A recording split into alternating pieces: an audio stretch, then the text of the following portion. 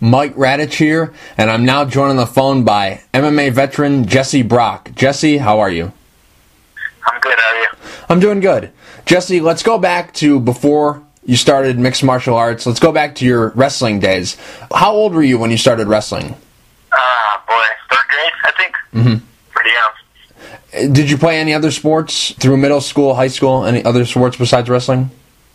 Yeah, I was on the cross-country and track teams in middle school, and then I actually joined the swim team in high school. Just something different. I had a buddy that I was going to run cross-country again, and he talked me into joining swimming with him, and I was actually real glad I did. It was way harder for me than running was, and then at that time, it was harder for me than wrestling, too. I was pretty bad at swimming, but I stuck with it, and I actually ended up doing some diving, too. So, yeah, that was my other sport in high school. What attracted you to wrestling? To be honest, well, I knew my dad had wrestled in high school and then a little bit in college, so I think he took us to some high school matches, but didn't really push us into it. And then, one of the high school that all our elementary schools fed into, they did a fundraiser every year where they would send high schoolers out to every elementary school, and they'd do practices for 2 weeks, and then they would host a tournament for all the elementary schools in the area. And I just remember seeing a flyer going around, so I grabbed it and showed it to my dad. All right, so I started doing some moves that night, and then, I went to practices, and then I actually got third at the tournament, and up to that point, I was not a very good athlete, and so, the fact that I was successful in something was pretty cool to me. I was a little guy, so, basketball I wasn't real good at, and then, I had my moments in baseball, but for the most part, wrestling was the first sport I ever, really had some success at, and, I just stuck with it, I figured I could be pretty good at it, and just kept going. And you obviously continued doing that throughout high school, and then you actually had the opportunity to wrestle at Boise State. When did you realize during your high school days that you were good enough to take it to the Division I level? Probably in middle school, I started competing a lot out of state, and, some bigger national tournaments for my age group, and I was pretty good at them. I was real competitive, and I don't know if I realized I could. I just knew I wanted to, and it was more just I watched on TV. I was a huge fan of wrestling. I was a huge fan of the NCAA tournament. Every time they televised it on ESPN every year, I just remember knowing that's what I wanted to do. It wasn't. I suppose I didn't think too much about whether I could, and I knew that I was placing well enough at the tournaments that the guys that went on and wrestled in college, they were the one. I was doing well enough in those tournaments to where I knew my success would translate into it. So probably about 7th, 8th grade, I realized that was what I really wanted to do, and again, I didn't think too much about whether I could. It was just I knew that's what I wanted. Were you on scholarship or were you a walk-on? No, I was on scholarship. I was on 50%, which covered my tuition and my books. I was getting recruited by some other schools, some lower division, NAIA Division II, and I knew I wanted to wrestle Division I. To me, there wasn't any question in my mind, so I didn't really take those other schools too seriously. And Boise State was the first Division I school that brought me out on a visit. At that point, it was getting pretty late in the recruiting process, and so I went there. I really enjoyed my visit too, and I really didn't need to see any other schools. Now, once you finished wrestling at Boise State, what got you interested in mixed martial arts? A teammate during your time at Boise State, Scott Jorgensen, he's obviously an MMA fighter. Was it him who got you interested, or was it you got him interested? How did this whole MMA thing come together? It was Scott. I was a fan of the sport, and Jens Pulver, when I got to Boise State, was still around. He had finished with his eligibility, but he was still coming to the room and practice to keep his wrestling sharp. And one of the guys that I really bonded with on the team at the time, he lived with Jens, so I'd go and hang out with Kyle and just end up hanging around Jens and watched a lot of MMA videos and stuff. He had a bunch of old grainy fight VHS tapes, and he'd put them in, and I just remember thinking, wow, that looks pretty tough. And I knew jiu-jitsu was a whole other realm of grappling that I hadn't really scratched the surface of, but to be honest, I never really occurred to me that was something I would do. Jens would mention it, I just laughed it off, and wrestling was my focus, and there was really else for me at that time. You know, it was something I respected and something I enjoyed watching on TV. And then, you know, after my eligibility was done, I was still wrestling senior level freestyle, and I was still coaching at Boise State. But Scott, I remember he was a big fan as well, but he always talked about, you know, that's what he was going to do when he was done with his collegiate eligibility. And so then he just called me up one day. You know, it was kind of, I just finished up freestyle season, and then I was just kind of hanging out that summer. And he said he had a fight coming up and asked me to come in and work out with him. So I did. I enjoyed it. You know, I always enjoyed doing new things, so I just kept coming back. And you know, after a while, I watched 2 of Scott's fights and just decided, you know, I'd throw my hat in the ring, at least try it once. And, you know, 6 years later, 21 fights into it, and here we are. So. Mm-hmm. Did you have an interest in fighting when you were growing up? Did you get into street fights, or was this something basically where you had the situation where you were done wrestling and you still had that competitive fire burning, and you decided to hop in this like a lot of wrestlers who've gotten into MMA have done? Yeah, it was most definitely the latter. I was a pretty mild-mannered kid. You know, school was real important to me, getting good grades, and the number of fights I got into, I could count on one hand, and they're all with my brother. So, actually, I suppose it's more than what I could count on one hand. But again, you know, I never really got in fights with strangers or anything like that. Yeah, it was more just I was still wanting to be competitive. You know, it was getting to the point in wrestling where, you know, it's a lonely road, man, trying to make an Olympic or a world team. And, you know, a lot of times, especially at Boise, there wasn't a lot of guys that were still wrestling freestyle, at least not at the time. And so, you know, you're kind of training for your own thing, but you're trying to do it within the structure of the college team. And your responsibility there when you're a coach is to help prepare those athletes for their tournament. You know, it was just a time. It was a good time in my life to change. Mm-hmm. I feel like, and you know, I'm really glad I did. I've enjoyed my time in MMA, and you know, and I really look forward to what's to come in it too. Mm-hmm. Now, did you have an amateur career, or when you started fighting, you just went pro immediately? I turned pro right away. I did have one amateur fight. It was my 5th fight after I fought 4 times professionally. I don't know if it's good to get this out there now, but I was actually fighting for Dennis Hallman in Washington. And, you know, at the time I was pretty young. I was only, you know, probably 4 months into training, 4 or 5 months. And I remember filling out the application and then realizing like there wasn't a purse on it or anything like that, which is what I was used to at that point. So I went and asked him. He said, "No, it's an amateur fight." I was like, "Oh, all right. Well, you know, I told him I'd fought pro before." And he said, "Well, if you didn't fight pro in Washington, you're fine." So I went out there and fought an amateur fight. So it's kind of funny if you look at my fight record. The other one that includes my amateur fight on there, you can see that you know how the timeline works itself out. Mm-hmm. So one amateur fight, I suppose. Mm-hmm. Your first fight was against Douglas Evans in Alaska, actually, and that was first time ever going out there. What was that experience like? What was the first time ever stepping into a cage? It was pretty surreal. You know, I've been in a lot of wrestling matches, some big wrestling matches, and I don't know if it was just, I think it was more just the fact that when the door shut, I realized I hadn't trained as much as I probably should have or have at that point. You know, I didn't really have any striking skills to speak of. I'd just keep my hands up, try to grab a hold of them and take them down. And, you know, I was slowly learning how to defend submissions, but aside from wrestling, I really had no other skills. And, you know, I remember kind of feeling like, I probably wasn't as prepared as I could have been. You know, went out there with some wrestling and some toughness, and that was about it.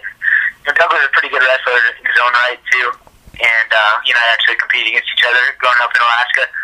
And, he's good enough to, with his defense to keep me away and, landed a lot of good strikes, and I ended up dropping a decision. It was humbling. I don't like to lose, and, but it was good. I think it was a good thing for me to, understand that, you got to develop other skills besides just wrestling. You can't just train to cover up your weaknesses, but you got to, try to develop them and make them strengths. During the early days of your career, were you fighting at lightweight? Because I'm looking at your record, and you fought Donald Cerrone in your 4th fight. Did you start out fighting lightweight? I did, but, I weighed about 150, and, again, it was a lot of it was arrogance, I guess. I don't need to cut any weight. I just go out there and beat these guys with the skills I have. It doesn't matter if they're And, you know, I think it was probably after the Cerrone fight, I realized, you know, there's a lot of guys with, you know, their own skills, and, you know, to counter, you know, with the skills that I had, you know, and then to give them a size advantage on top of that probably wasn't going to be the best thing for my career as far as, you know, having any longevity to it. So I think that was the last fight I took at lightweight, and I started fighting at featherweight, and I had to cut a pound or two for that. And then, you know, I realized, you know, if I really want to be at the elite levels, I got to, you know, you got to cut some weight. And I figured bantamweight was a good fit for me. How many fights at featherweight did you have? Featherweight, a handful. Actually, my last one was at featherweight too. I ended up going up. Just my original opponent fell out, and they couldn't find a replacement at bantamweight, so I just went up. So I don't know. I'd have to sit down and figure it out, because I kind of, for a few years, I was kind of bouncing around in between. Just wherever the fights, wherever I could get them, more or less. Your first fight on a pretty big stage, the Show XC card, you fought Josh Rave back in August of 2008. What was that experience like?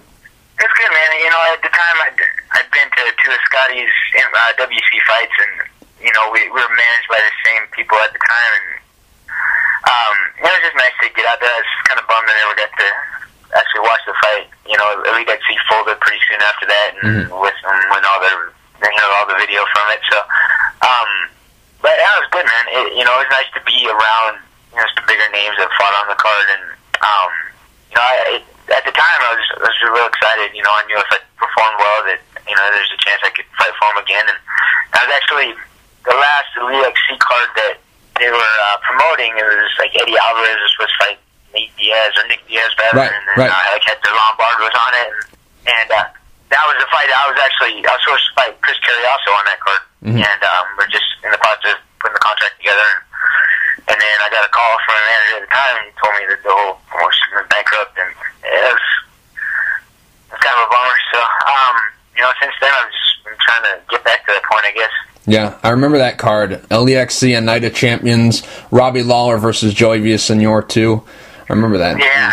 It's supposed to be a pretty stacked card. Now, you've been on a pretty nice roll. Your only losses have been to Travis Marks, who's in Bellator, and Demetrius Johnson, who is now the UFC flyweight champion. So definitely no shame in those losses. You also had a loss in Brazil. But other than that, you've been doing really well. What do you attribute your success to? You know, I got a lot of really good guys to train with, a lot of real good coaches. You know, I don't know, man, you know, I'm used to winning. You know, to be honest, when you talk about my run lately, you know, it doesn't feel like it's that good because I've had those losses. You know, it seems like every time I get on a good streak, and, you know, I get matched up with a guy that has a bigger name, or, you know, has a good record, you know, kind of short. So, you know, this losses kind of stick in my craw, I guess.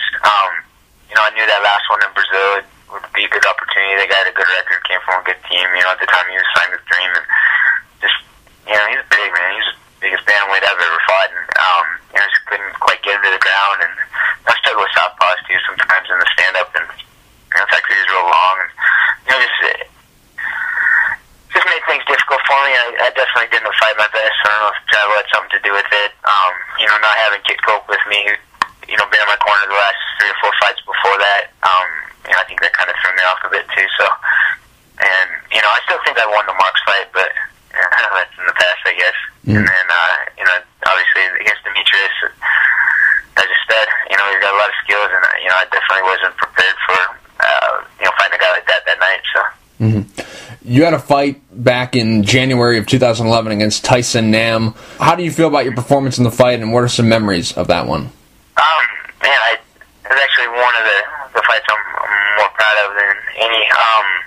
You know, at the time I'd been working with Kid for about a year there, and, you know, one thing he really helped me with, it was right after the Demetrius fight, he started helping me out. He's here living in Boise, actually helping Scotty out, and, you know, I was fortunate enough that, you know, he took an interest in helping me, and, you know, it changed a lot of the way I approached striking and the way I tried to integrate my striking and my wrestling together. And, you know, it really felt like, you know, I was outlanding Tyson on the feet too, and I was able to, you know, use my movement and, you know, and just blend it all together. And I was really proud of, you know, the way I was able to do that. I was able to land, you know, good takedowns every round, and, you know, get in dominant positions, and, you know, and land a fair amount out on the feet too. And my one regret, I suppose, is not getting the finish. There's twice at the end of the fourth and the fifth round, I had an arm bar, and the fifth round actually I had locked out.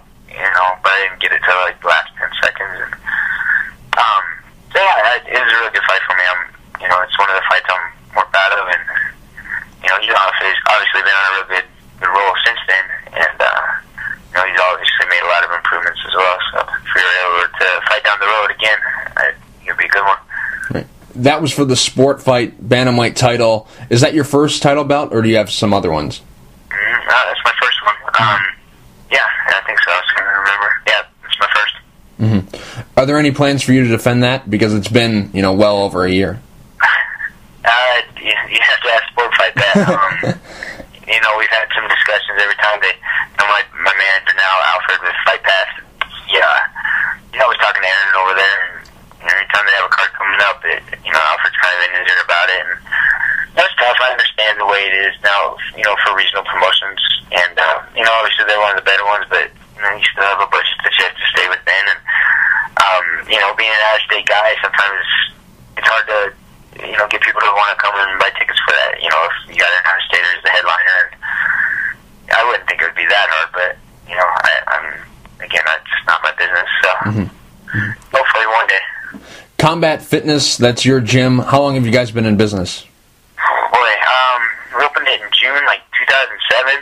When Scotty and I first started, we had a Gold's Gym. They had a little MMA program there, and then that got shut down, so we were practicing in the Boise State Wrestling Room. After they got done with practice, and then we were in the back of a local promoter's warehouse, and it got to the point where, man, we need a real home, someplace that we know is going to be open every night, and we can get into. We're not going to get hassled by anybody, and so myself and Jorgensen, and there's actually two other guys from the LLC, and that became Twisted Genetics, which is our fight team here that trains out of Combat Fitness, and we went about the business of just finding a building and putting it all together, and so it's been, in June it'll be 6 years. Mm-hmm. This next June will be 6 years we've been around. Mm-hmm. How is the Idaho MMA scene? We don't really hear much about that. We hear about guys like you, Scott Jorgensen, Trevor Prangley, he's now up there. But King of the Cage, they've come in and tried to get into that market. But what is the Idaho MMA scene looking like? To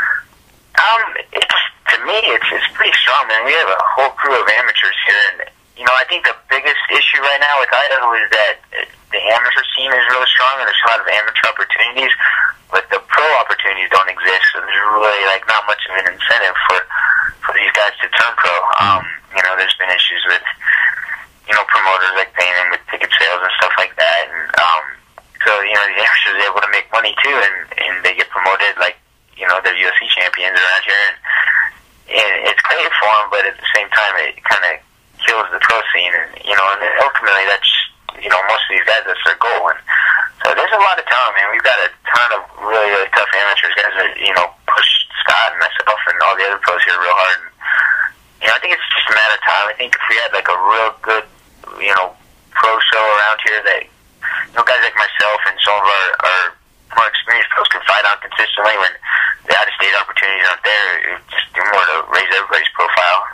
But right now the amateur scene is real strong. It's just, I think, a matter of making the pro scene real strong too, and then you'll really start to see some of these amateurs and what they can do, and because they're getting a platform to compete on. Has Joe Warren been working up there with you guys, or has he moved on somewhere else? He's down in Denver, but he comes in usually when Scotty has a fight, or sometimes he'll pop in too, just to do some training on his own, or for himself. But usually anytime Scott has a fight, he goes here. Like 1 or 2 weeks, during Scott's preparation. But yeah, all the guys are real familiar with Joe. He's kind of a lot of fun to have around. So. Now, your relationship with Scott Jorgensen, is this just dating back to your days at Boise State, or did you know him before that?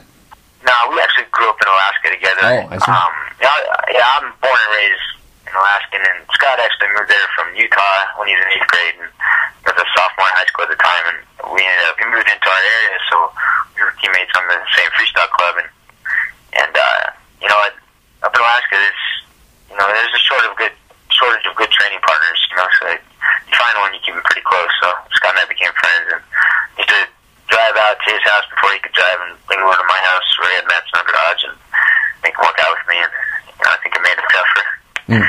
I see. Now let's get back to you. You've got twins on the way, if I'm hearing correct. Your manager told me. Is this going to be your first time being a father? Yep. Yeah. Just jumped into the deep end right away. Yeah. Congratulations. Thanks. Appreciate it. With twins on the way, how are you going to manage all your time? You got this gym. You're working with all these guys, and you got your wife and the kids. How's it all gonna work? Do you have a plan yet, or are you just gonna, when it comes, you're gonna just dive right in there? Yeah, it's not my wife yet, but Sarah and I have had a few discussions, and we've got some differing opinions, but in the end, I know some things are probably going to change.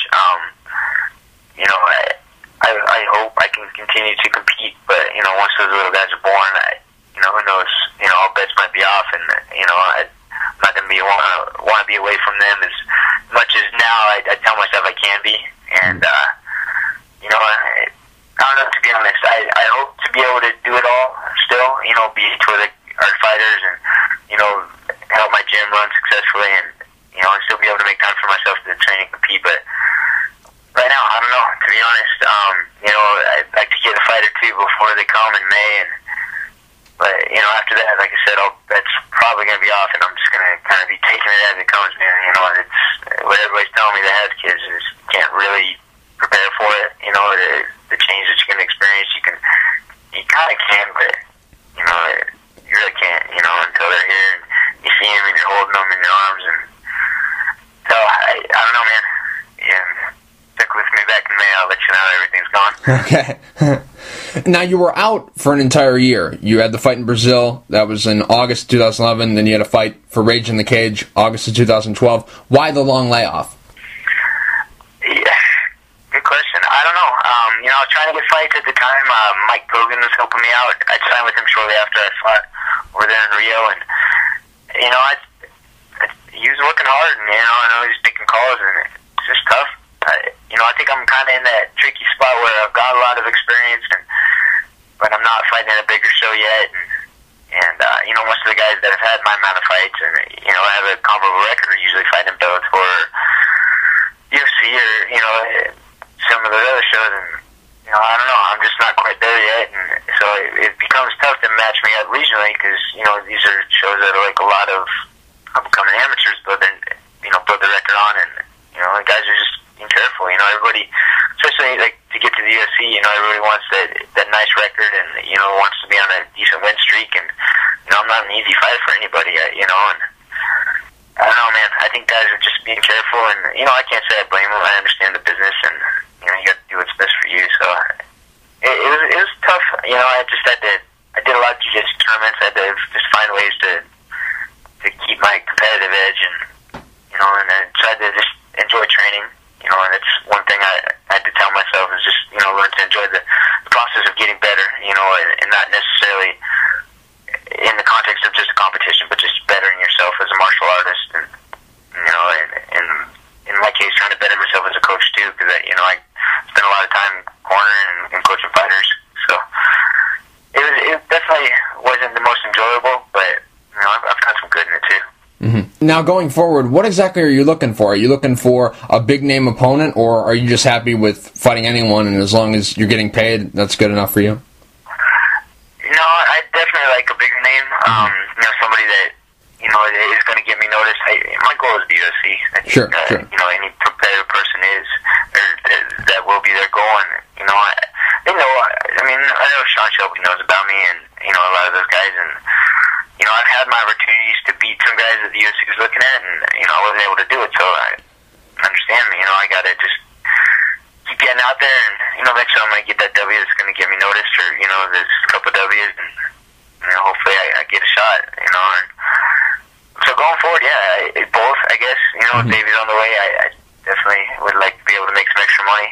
I've got a few other jobs that I do on the side in addition to the gym, and it spreads me pretty thin. If I can make that money just fighting it, I'm all for it. So both, I suppose, a big name that's going to get me paid and help me move up.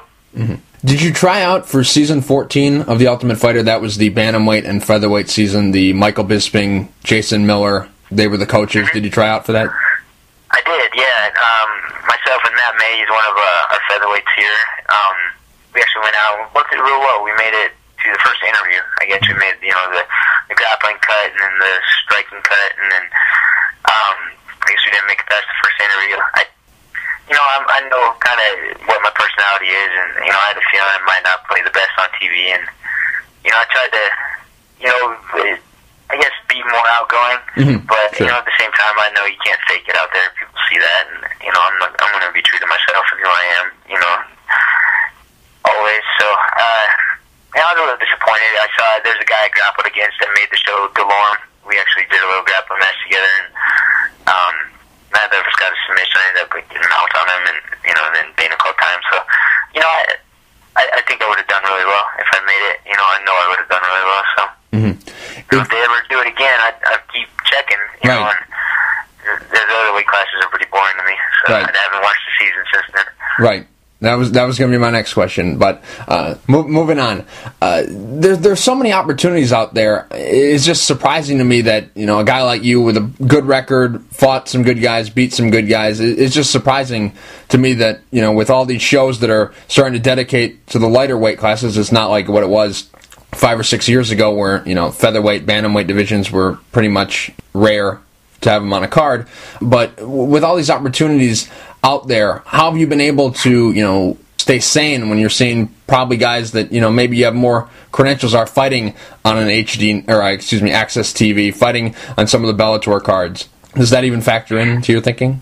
Oh yeah, no, I get jealous and a little angry from time to time, but I get it. It's a business, and you gotta.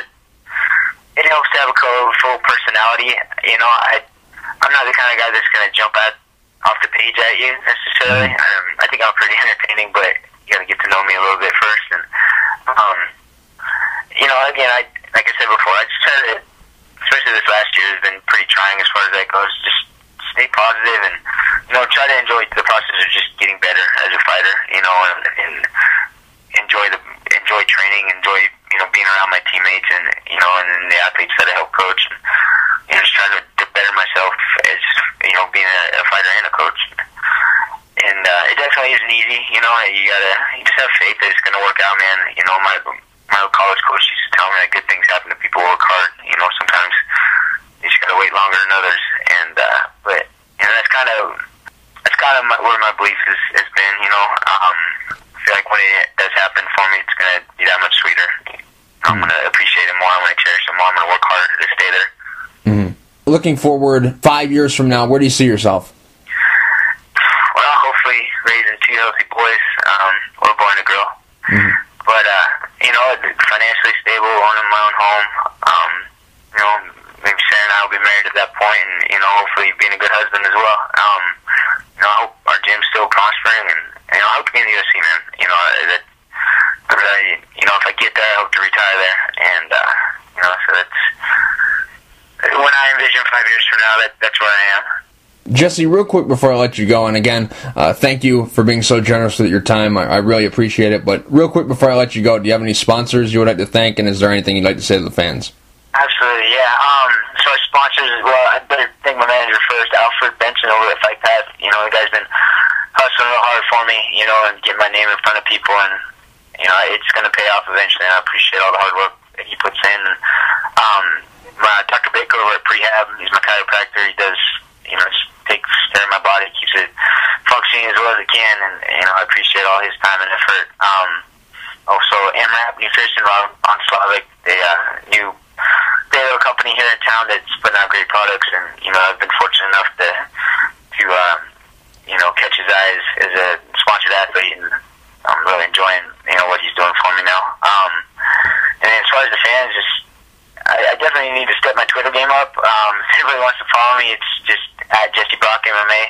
I also got a Facebook fan page. I definitely need to kind of, I suppose, be more vocal on Twitter. And if you guys ever get a chance to, just retweet me and help get me in front of more eyeballs, I'd appreciate it. Jesse, thank you for taking the time to talk. I really appreciate it.